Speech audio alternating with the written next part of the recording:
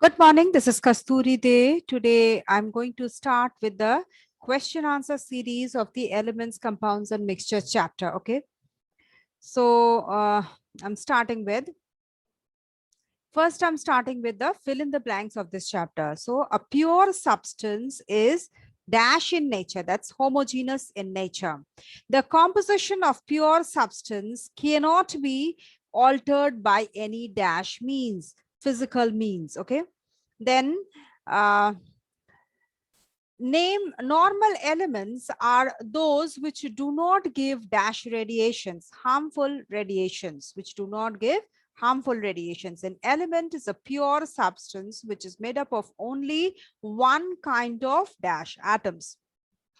Radioactive elements can be prepared artificially by dash reactions. It's nuclear reactions which create the radioactive elements. Then we come to true and false. A pure substance has a definite set of properties. That's true. Elements which occur in free state in nature only, elements occur in free state in nature only. That statement is false because they can also occur in the combined form as compounds. So elements not only occur in free state, but also in the combined form. So the statement is false. A chemical compound may occur either homogeneous or heterogeneous in nature.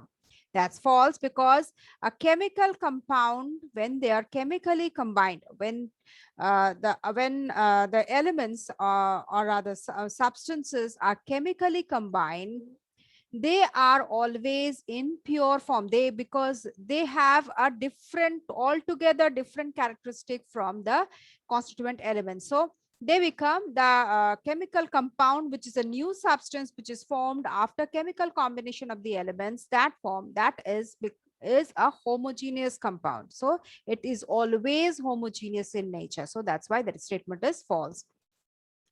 Then mechanical separation of elements is possible.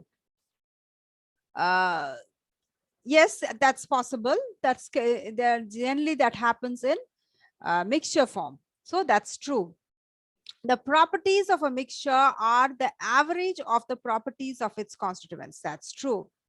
Now choose the most appropriate answer. In which of the following reactions can an element be broken into two or more smaller parts? Physical, chemical, nuclear, or mechanical? In case of nuclear only, nuclear reactions only can break an element into two or more smaller parts. Okay. No other process can break the element into simpler substances. So in nature, a chemical compound is pure, homogeneous, heterogeneous, both A and B. So it's a both A and B. In nature, chemical compound is homogeneous because it's pure form of the combination of the elements, and also heterogeneous because chemical compound in nature is combined with certain things which are which can be separated from it through by physical processes also. So it's a both A and B. Sorry, it's pure and homogeneous. So I'm so sorry. In nature, chemical compound, I told you that chemical compound is always homogeneous in nature. So it's a pure form of a substance. So pure form means A and B is homogeneous. So the both A and B. Okay, it's never heterogeneous. So please forgive me. I was discussing in the wrong way. So it is always pure and homogeneous. In which of the following substances mechanical separation is possible? Only in the form of mixture. Mixture only you can separate the substances from mechanically. Next we come to, in which of the following formation of substances need energy change necessarily? Element, compound, mixture, all of these. In the formation of a compound, there is an energy change necessary. Okay, that is required. Then in which of the following substances its constituents retain their properties? In the mixture.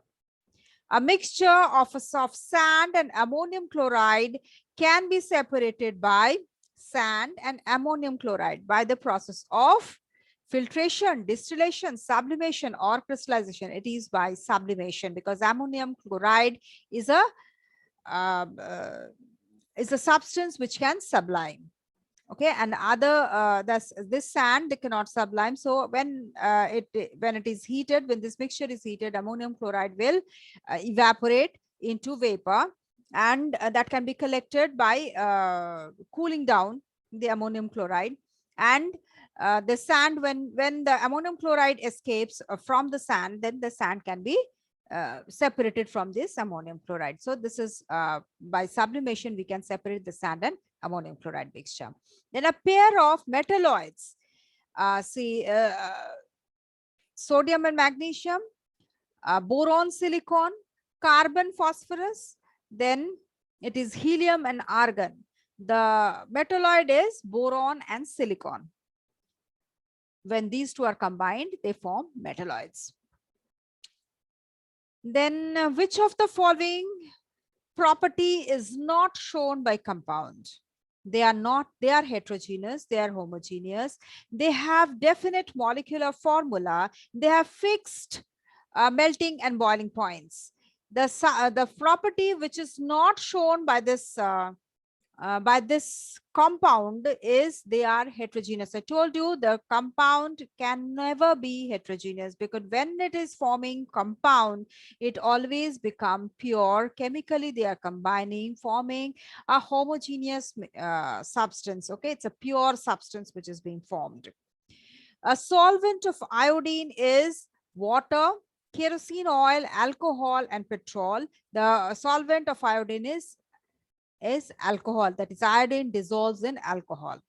Then the gas is highly soluble in water, ammonia, nitrogen, carbon monoxide, oxygen. The first one, ammonia, is highly soluble in water. Then which of the following is made of only one kind of atom? Molecule, element, compound, mixture? It's element, one kind of atom. Then mechanical separation is used to separate the constituents of mixture. Okay, not molecule, not element, not compound. It's the mixture we can separate the mechanically. Which of the kind of elements give harmful radiations? Metal, non-metal, radioactive metal, normal element? It is the radioactive metal which give out harmful radiations. The constituents of mixture of calcium carbonate and sodium chloride is separated by dissolving in water, filtration, and then evaporation. Using evaporation method only, you cannot separate the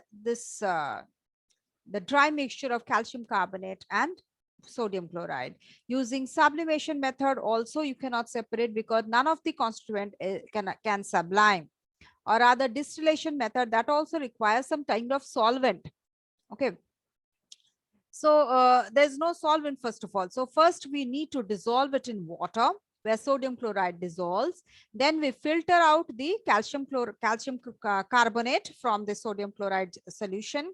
Then this sodium chloride solution is made to evaporate, where the water evaporates and sodium chloride is left behind. By this process, we can separate these two substances. Okay.